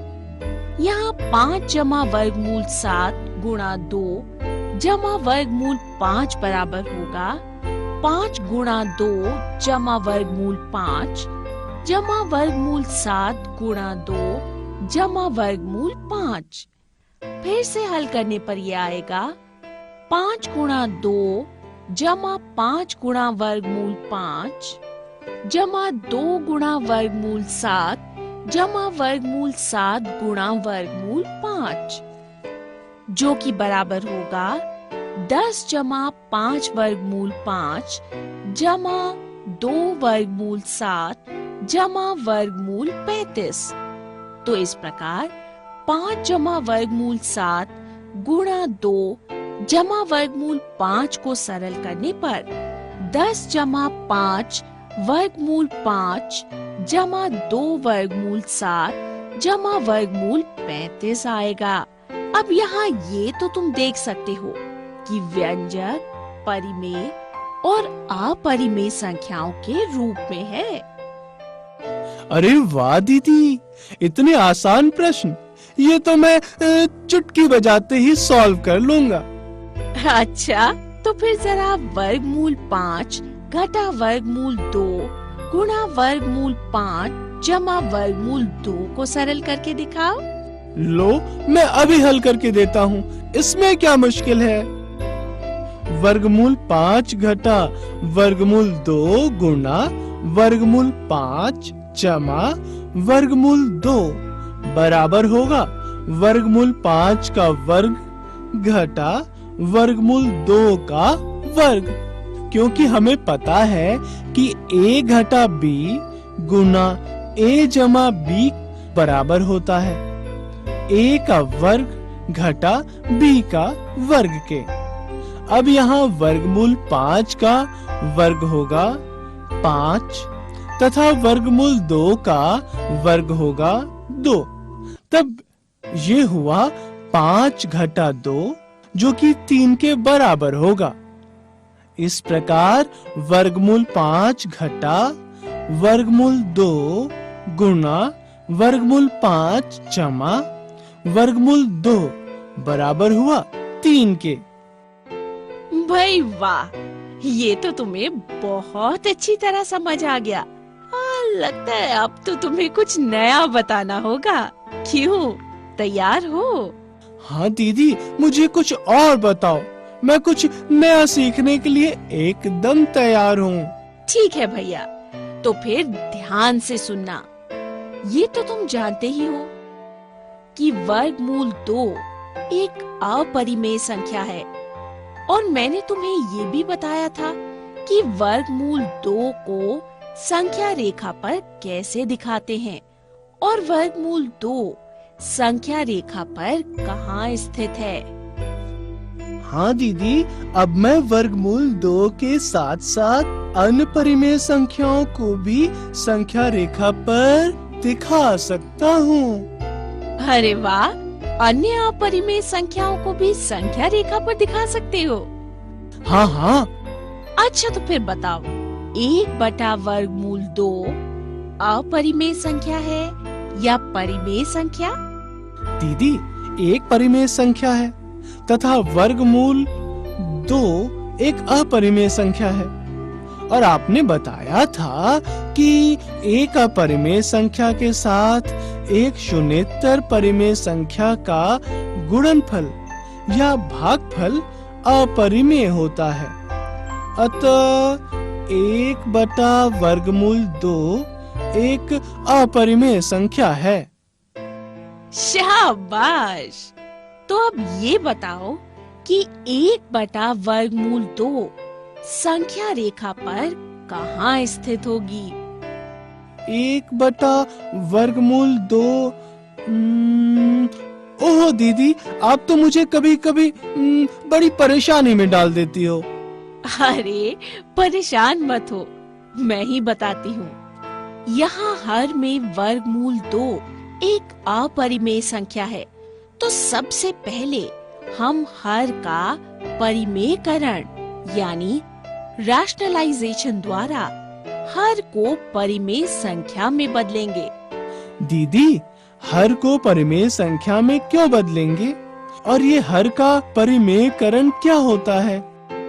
देखो भैया, यदि हर में एक परिमेय संख्या हो तो इसे हम सरलता से हल कर सकते हैं और संख्या रेखा पर आसानी से दिखा भी सकते हैं। और रही बात हर के परिमेयकरण की, तो हर में अपरिमेय संख्या को वर्गमूलों से संबंधित सर्वसमीकाओं की सहायता से परिमेय संख्या में बदलना ही हर का परिमेयकरण यानी रैशनलाइजेशन कहलाता है। क्यों, समझे भैया? तो फिर चलो अब फिर से अपने प्रश्न पर वापस चलते हैं। हमारा प्रश्न था कि 1/√2 संख्या रेखा पर कहाँ स्थित होगी। तो पहले तो हम संख्या के हर का परिमेयकरण करेंगे। यहाँ 1/√2 के हर यानी वर्गमूल 2 को यदि वर्गमूल 2 से ही गुणा कर दिया जाए तो हमें हर में 2 प्राप्त हो जाएगा। परंतु दीदी, फिर तो हमें अंश 1 में भी वर्गमूल 2 को गुणा करना होगा। हाँ, वेरी गुड, ये तो तुमने बिल्कुल ठीक कहा। इसीलिए हमें 1/√2 के तुल्य नया व्यंजक पाने के लिए 1/√2 को वर्गमूल 2/√2 से गुणा करना होगा। दीदी, यह तुल्य व्यंजक इसलिए है ना कि वर्गमूल 2/√2 तो बराबर है 1 के। सही कहा तुमने। अब हम इसे वर्गमूल से संबंधित सर्वसमीका की सहायता से हल करें तो हमें वर्गमूल 2/2 प्राप्त होगा। और अब इस रूप में 1/√2 का संख्या रेखा पर स्थान निर्धारण करना आसान हो जाता है।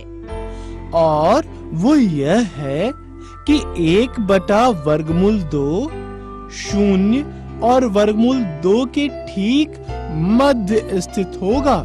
देखा, हर के परिमेय संख्या होते ही तुमने कितनी आसानी से 1/√2 का स्थान संख्या रेखा पर निर्धारित कर दिया।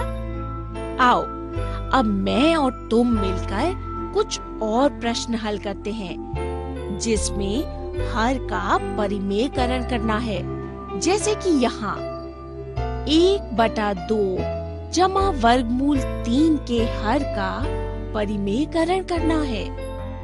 दीदी, 1/√2 में हर में वर्गमूल 2 था, तो हमने वर्गमूल 2/√2 की गुणा की थी और हर का परिमेयकरण किया था। तो फिर यहाँ भी हम 2 जमा वर्गमूल 3/2 जमा वर्गमूल 3 को गुणा करेंगे। ओ, अरे भैया रुको, ऐसे रट के नहीं, समझ के प्रश्न हल करो। देखो, मैंने तुम्हें बताया था ना कि परिमेयकरण करने के लिए हम वर्गमूल से संबंधित सर्वसमीकाओं का प्रयोग करेंगे। तो पहले उन सर्वसमीकाओं को देखो। आप इन सर्वसमीकाओं में से ये सर्वसमीका देखो।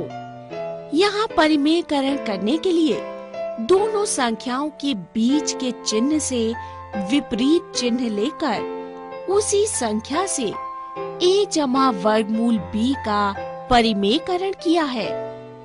दीदी, समझ गया। फिर तो 1/2 जमा वर्गमूल 3 का परिमेयकरण करने के लिए 2 घटा वर्गमूल 3/2 घटा वर्गमूल 3 को गुणा करना होगा। शाबाश भैया, बड़ी जल्दी समझ गए।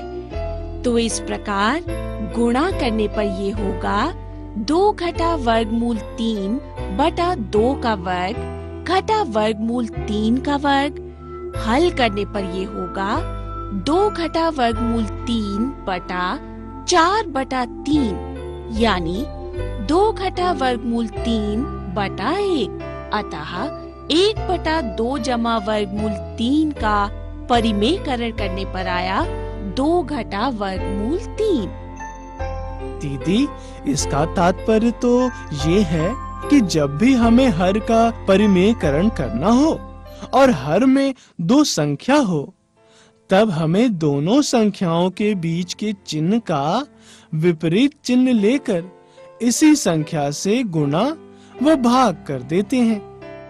शाबाश भैया, यदि तुम इतना समझ गए हो तो फिर जरा 1/7 घटा 2 के हर का परिमेयकरण करो तो। दीदी, यहाँ हर में वर्गमूल 7 घटा 2 है, अतः हम वर्गमूल 7 जमा 2 बटा वर्गमूल 7 जमा 2 से गुणा करेंगे। और गुणा के बाद ये हुआ वर्गमूल 7 जमा 2 बटा वर्गमूल 7 का वर्ग घटा 2 का वर्ग।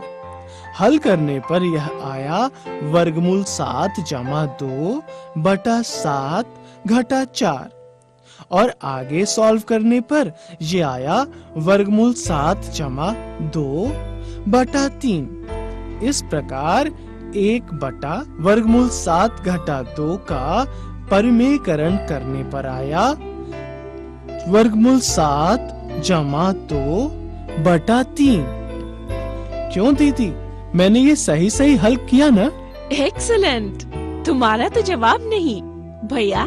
तुमने देखा ना कि 1 बटा वर्गमूल 7 घटा 7 को संख्या रेखा पर दिखाना कितना मुश्किल था, परंतु इसके हर का परिमेयकरण करने के बाद वर्गमूल 7 जमा 2 बटा 3 को हम आसानी से संख्या रेखा पर दिखा सकते हैं।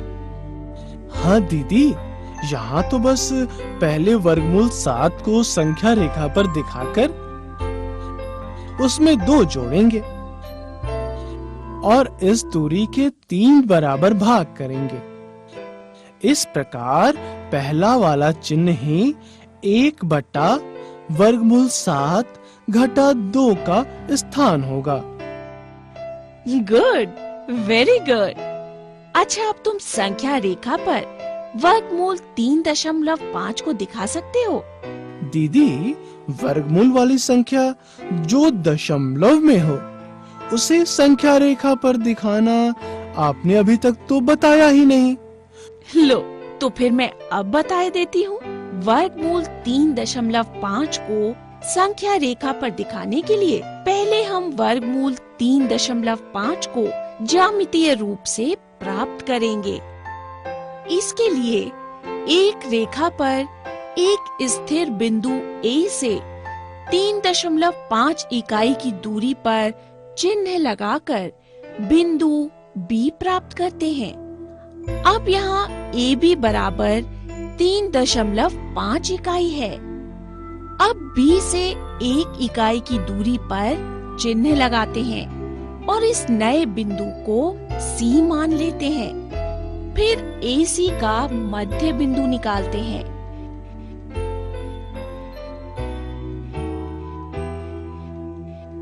इस मध्य बिंदु को O मानते हैं। इसके बाद O को केंद्र मानकर तथा OC को त्रिज्या मानकर रेखा AC पर एक अर्धवृत्त बनाते हैं। अब बिंदु B से AC पर एक लंब रेखा खींचते हैं जो कि अर्धवृत्त को बिंदु D पर काटती है। अब यहाँ BD बराबर वर्गमूल 3.5 है। इस प्रकार वर्गमूल 3.5 को हम ज्यामितीय रूप से प्राप्त कर लेते हैं। हम इस परिणाम को पाइथागोरस प्रमेय से सिद्ध कर सकते हैं। आओ मैं तुम्हें ये सिद्ध करके दिखाती हूँ। ध्यान से देखो, इस आकृति में त्रिभुज OBD एक समकोण त्रिभुज है जहाँ बिंदु B पर समकोण बन रहा है। यहाँ वृत्त की त्रिज्या 3.5 जमा 1 बटा 2 इकाई है। अतः यहाँ OC बराबर OD बराबर OA होगा, जो कि बराबर होगा 3.5 जमा 1 बटा 2 इकाई, तथा OB होगा 3.5 घटा 3.5 जमा 1 बटा 2, जो कि बराबर होगा 2 गुणा 3.5 घटा 3.5 घटा 1 बटा 2, अर्थात 3.5 घटा 1 बटा 2 के बराबर। अब हम यहाँ समकोण त्रिभुज OBD में पाइथागोरस प्रमेय लागू करते हैं, जिसके अनुसार लंब का वर्ग बराबर होता है कर्ण के वर्ग घटा आधार के वर्ग के। यानी यहाँ होगा BD का वर्ग बराबर OD का वर्ग घटा OB का वर्ग। अब हम यहाँ OD तथा OB का मान रखेंगे, जिससे कि BD का वर्ग बराबर होगा 3.5 जमा 1 बटा 2 का वर्ग घटा 3.5 घटा 1 बटा 2 का वर्ग। यहाँ हम जानते हैं कि A का वर्ग घटा B का वर्ग बराबर होता है A जमा B गुणा A घटा B। तब इसे हल करने पर आया 3.5 जमा 1 जमा 3.5 घटा 1 बटा 2 गुणा 3.5 जमा 1 घटा 3.5 घटा 1 बटा 2। इसे हल करने पर हमें मिलता है 7 बटा 2 गुणा 2 बटा 2 अर्थात 7 बटा 2 यानी 3.5। इस प्रकार यहाँ BD बराबर हुआ वर्गमूल 3.5 के। समझे भैया? हाँ दीदी, ये तो मैं समझ गया कि BD बराबर वर्गमूल 3.5 है, परंतु यह संख्या रेखा पर कहाँ होगा? बताती हूँ भैया। देखो, वर्गमूल 3.5 की संख्या रेखा पर स्थिति देखने के लिए हम संख्या रेखा पर इस बिंदु B को 0 मान लें, तो यहाँ C का मान 1 होगा। इसी प्रकार समान दूरी पर अन्य बिंदु भी होंगे। बिंदु B को केंद्र मानकर और BD को त्रिज्या मानकर एक चाप खींचते हैं, जो संख्या रेखा को E पर काटता है। ये कुछ इस तरह। हाँ, अब ये बिंदु E वर्गमूल 3.5 को निरूपित करता है। अरे वाह दीदी, ये तो बहुत आसान है। क्या इस विधि से किसी भी वर्गमूल संख्या को संख्या रेखा पर निरूपित कर सकते हैं? हाँ भैया, ये तुमने बिल्कुल ठीक सोचा। चलो मैं तुम्हें व्यापक रूप में यानी वर्गमूल x का मान ज्ञात करना बताती हूँ और इसे संख्या रेखा पर निरूपित करना बताती हूँ।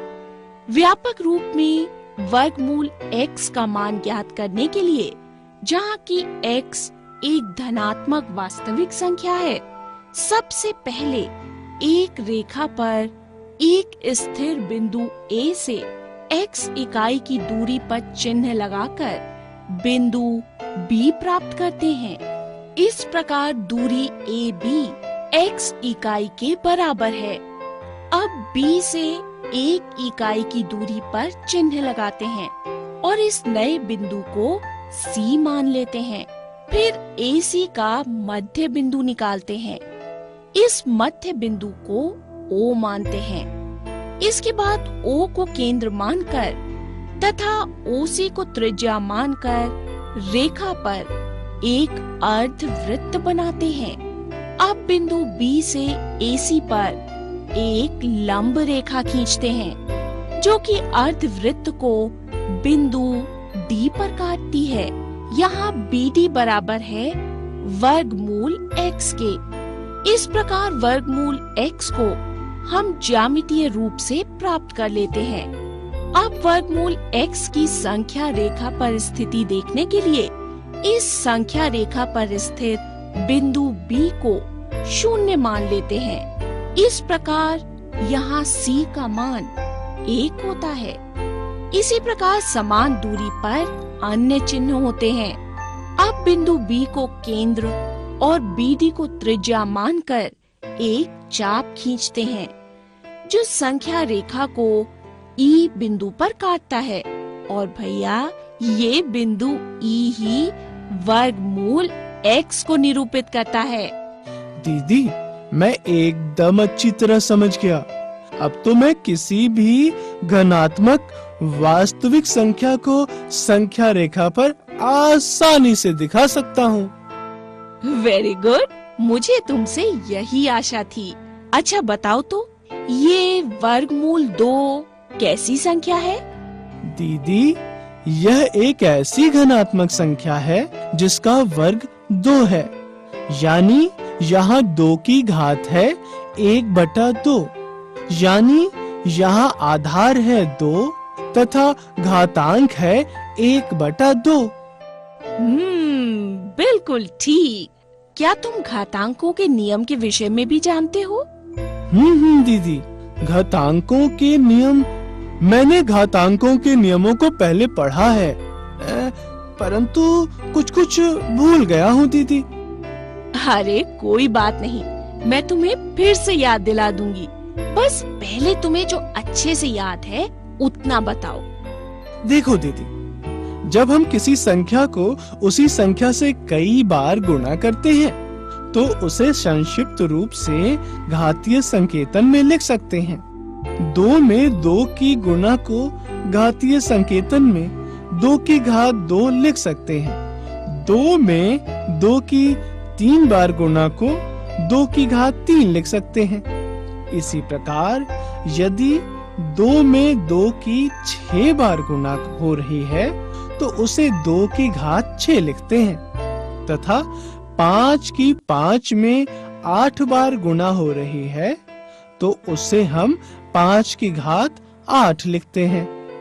यानी कि यदि हम सामान्यतः कोई संख्या a लें जिसमें a की m बार गुणा हो रही है तो उसे घातीय संकेतन में a की घात m लिखते हैं, जहां a और m प्राकृत संख्याएं हैं, जिसमें a को आधार तथा m को घातांक कहते हैं। और हाँ दीदी, a की घात 2 को a वर्ग भी पढ़ते हैं तथा a की घात 3 को a घन भी पढ़ते हैं।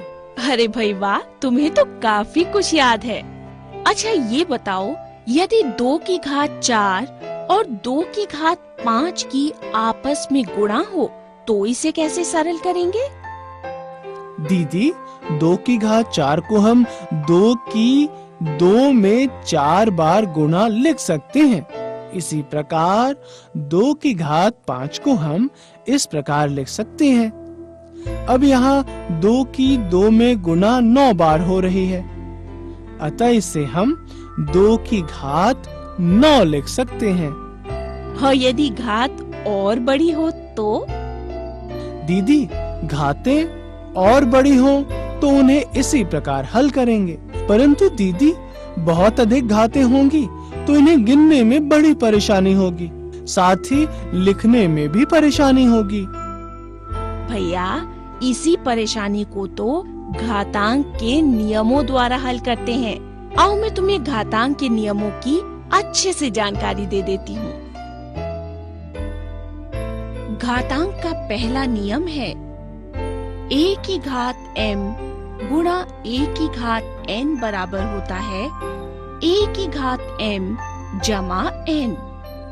यहाँ a, m और n प्राकृत संख्याएं हैं। इसका अर्थ ये है कि यदि ऐसी 2 संख्याओं की गुणा हो रही हो जिनमें आधार एक जैसा हो और घातांक बराबर या फिर अलग अलग हो तो आधार तो वही रहता है परंतु घातांक आपस में जुड़ जाते हैं। जैसे 17 की घात 2 गुणा 17 की घात 5 में आधार तो समान यानी 17 ही है, परंतु घातांक 2 और 5 अलग हैं। अतः ये बराबर होगा 17 की घात 2 जमा 5 के, जो कि बराबर है 17 की घात 7 के। अब घातांकों का दूसरा नियम लेते हैं। ये है a की घात m की घात n बराबर a की घात m गुणा n। इसका अर्थ ये है कि यदि किसी आधार और घातांक का भी घातांक दिया हो तो आधार तो वही रहता है परंतु दोनों ही घातांकों की आपस में गुणा हो जाती है। जैसे कि 5 की घात 2 और इसकी घात 7। इस नियम के अनुसार 5 की घात 2 गुणा 7 अर्थात 5 की घात 14। और घातांक के तीसरे नियम के अनुसार a की घात m बटा a की घात n बराबर होता है a की घात m घटा n। यहाँ m n से बड़ा है। इसका अर्थ ये है कि यदि ऐसी दो संख्याओं में भाग की संक्रिया हो रही हो जिसमें आधार एक जैसा हो और घातांक में अंश का घातांक हर के घातांक से बड़ा हो, तो आधार तो वही रहता है, परंतु अंश के घातांक में से हर का घातांक घट जाता है। जैसे कि 29 की घात 15 बटा 29 की घात 7 में आधार तो समान यानी 29 है, परंतु अंश की घातांक 15 तथा हर का घातांक 7 है, अर्थात अंश का घातांक हर के घातांक से बड़ा है। अतः यहाँ 29 की घात 15 घटा 7 होगी, जो कि बराबर होगी 29 की घात 8 के। घातांक के चौथे नियम के अनुसार a की घात m गुणा b की घात m बराबर होता है a गुणा b की घात m। इसका अर्थ है यदि दो ऐसी संख्याओं की आपस में गुणा हो रही हो जिनमें आधार तो अलग अलग हो परंतु उनके घातांक समान हो, तो दोनों आधारों की आपस में गुणा होगी और घातांक वही रहेगा। जैसे कि 7 की घात 3 गुणा 5 की घात 3 में आधार तो अलग अलग है परंतु घातांक समान यानी 3 है, तब दोनों आधारों की आपस में गुणा होगी और घातांक वही रहेगा, यानी ये होगा 7 गुणा 5 की घात 3, जो कि बराबर होगा 35 की घात 3 के। दीदी, घातांकों के नियम में ये भी तो पढ़ते हैं कि a की घात 0 बराबर 1 के। वेरी गुड भैया, तुमने सही कहा। यहाँ इसका अर्थ है कि किसी भी संख्या की घात यदि 0 हो तो उसका मान सदैव 1 होता है। जैसे कि 7 की घात 0 बराबर है 1, 19 की घात 0 बराबर है 1, 100 की घात 0 बराबर है 1 और आगे भी। यानी a की घात 0 बराबर होता है 1, जहाँ की a एक वास्तविक संख्या है। और इसके साथ साथ भैया घातांक का एक नियम ये भी है कि 1 बटा a की घात n बराबर होता है a की घात ऋणात्मक n। इसका अर्थ ये है कि यदि हर में कोई आधार और उसके ऊपर घातांक हो तो उसे हम अंश के रूप में भी लिख सकते हैं, परंतु यहाँ घातांक ऋणात्मक हो जाता है। जैसे कि 1 बटा 17 की घात 2 को हम 17 की घात ऋणात्मक 2 लिख सकते हैं। दीदी, आपने बताया था कि यहाँ a, n, m प्राकृत संख्याएं हैं, परंतु यहाँ तो ऋणात्मक n ऋण पूर्णांक आ गया। तो क्या हम इन नियमों को ऋणात्मक घातांकों पर भी लागू कर सकते हैं? हाँ भैया, घातांकों के इन नियमों को ऋणात्मक घातांकों पर भी लागू कर सकते हैं। और ऋणात्मक घातांक ही क्यों भैया, घातांकों के इन नियमों को तो घातांक परिमेय संख्या हो तो भी लागू कर सकते हैं। आओ मैं तुम्हें अच्छी तरह से समझाती हूँ। देखो भैया, घातांकों की भाषा में nवे मूल a को a की घात 1 बटा n के रूप में परिभाषित करते हैं, जहाँ n एक धनात्मक पूर्णांक है तथा a 0 से बड़ी एक वास्तविक संख्या है। और इस चिन्ह को कर्णी चिन्ह यानी रेडिकल साइन कहा जाता है। यानी दीदी, घनमूल 2 को हम 2 की घात 1/3 लिख सकते हैं। बिल्कुल ठीक। अच्छा भैया, यदि 2 की घात 2/3 को कारणी चिन्ह में लिखना हो तो? दीदी, 2 की घात 2/3 को हम 2 की घात 2 गुना 1/3 लिख सकते हैं और 1/3 आगे आकर घनमूल बन जाएगा और 2 की घात 2 रह जाएगा, यानी ये होगा धनमूल 2 की घात 2। वाह भैया, वेरी गुड। अच्छा, अब 4 की घात 3/2 को कैसे लिखेंगे? दीदी, ये भी उसी प्रकार होगा। देखो दीदी, 4 की घात 3/2 बराबर होगा 4 की घात 3 गुना 1/2, जो कि बराबर होगा वर्गमूल 4 की घात 3 के। ये भी ठीक। अच्छा, यदि इसका मान निकालना हो तब? मान मान मान मान अरे दिमाग पर इतना जोर मत लगाओ, मैं बता देती हूँ। यहाँ मान निकालने का अर्थ है इसे सरलतम रूप में लिखना। देखो, 4 की घात 3/2 का मान 2 विधियों से निकाल सकते हैं। पहली विधि में 4 की घात 3/2 बराबर होगा 4 की घात 3 गुणा 1/2, जो होगा वर्गमूल 4 की घात 3 के, तथा 4 की घात 3 होता है 64, तो ये हुआ वर्गमूल 64 यानी कि 8।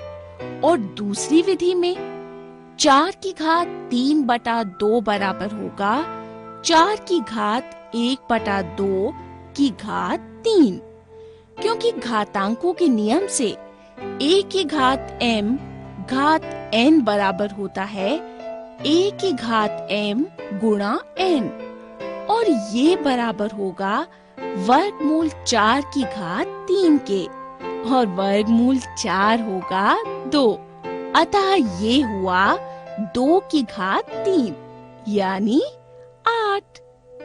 यानी कि भैया, घातांकों के नियम का प्रयोग करते हुए कोई भी विधि अपनाए, उत्तर समान ही आएगा। इस प्रकार हमें यहाँ परिभाषा प्राप्त होती है कि a की घात m/n बराबर a की करनी n की घात m बराबर a की घात m की करनी n, जहाँ a 0 से बड़ी एक वास्तविक संख्या है तथा m और n ऐसे पूर्णांक हैं जो असहभाज्य हैं और n 0 से बड़ा है। तो इस प्रकार भैया विस्तृत घातांक नियम है। दीदी, मैं बताता हूँ। a की घात p गुना a की घात q बराबर a की घात p जमा q। a की घात p की घात q बराबर है a की घात p गुणा q। a की घात p बटा a की घात q बराबर a की घात p घटा q। a की घात p गुना b की घात p बराबर होगा a गुना b की घात p, जहाँ a 0 से बड़ी एक प्राकृतिक संख्या है और p तथा q परिमेय संख्याएं हैं। एक्सीलेंट। अरे भाई, अब तो तुम्हें मेरी कोई जरूरत नहीं। अब तुम इस अध्याय को खूब अच्छे से प्रैक्टिस करना और बढ़िया से मार्क्स लेकर आना। Best of luck. Thank you दीदी।